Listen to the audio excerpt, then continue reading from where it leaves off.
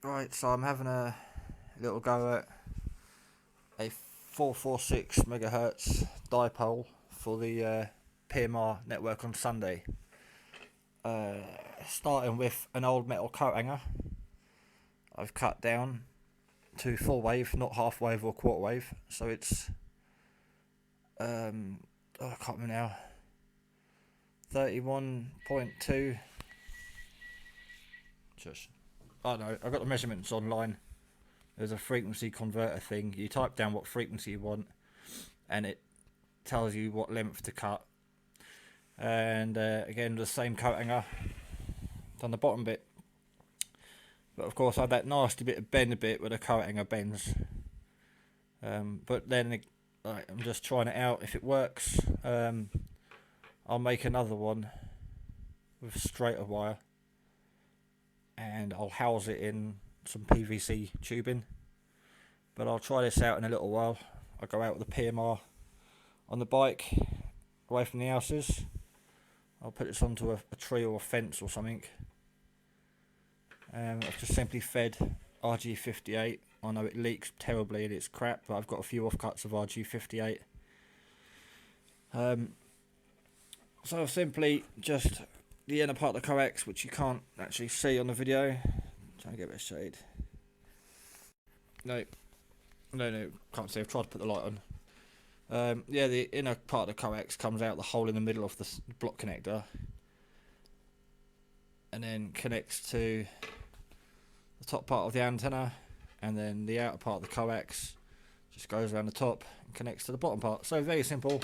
Took about 5 minutes to do. Been wanting to do this for a long time, but now I've got my trailer for DXing. I'm going to try and put as many homebrew antenna on as possible. So I'm starting off with a simple one. There we go, got the tape measure now. Starting off with a simple one for the 446. That's it. It's 13 inches, 0.23 or something it's supposed to be. So 13.25 inches. Well, just short of 13.5 inches. So the whole thing measured up just over just under 28 inches long, which is not too big. The half wave obviously is smaller than that, and the normal ones are half wave, and they're about 6 inches long from what I've seen in the past. Yeah, half wave is about 6 inches, 6 point something, not quite sure.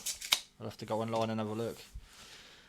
But I couldn't see any videos on how to make one, and I looked on Google Images, loads of drawings, but no one actually had the measurements on there. And if you type in PMR or 446, it just comes up with people doing it for 2 meters, 80 meters, and so on. And I thought, you bastards. So I'll have to upload as much of this as possible, just to show people that it is really, really simple.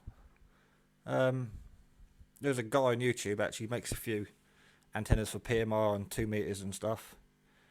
Forgot his name, but I'll put a link up in his description, because I'm quite a fan of people that make antennas. So along with obviously people from the Charlie Tango, make a lot of their stuff. So the bottom bit's quite twisted, but it shouldn't affect it that much. Again, it's just a prototype. So I'll put a link in the description of the person I know who makes a few antennas for PMR and stuff. But he normally uses the aluminium tubing, and he's made a few nice looking professional antenna. And I love the way he says it's a bit rough and shit, but it'll do. And they actually look quite smart. Most of his comments are people saying, "Oh, can we buy it? Can you make one for us? I'll pay you." So he's obviously doing something right. If you don't get a chance to look at the description for the link, you'll recognise his videos, because most of the antennas are showed on his bed, as most of my stuff's shown on the kitchen table. Right, that's it. I'm gonna I've got a dodgy SMA fitting on the PMR, and that's the one for the CB, because I must have used this in the past for the CB, the handheld. So I've got an SMA to PL259. So that'll fit onto the handset. There It is not quite a PMR radio, but it covers the 446.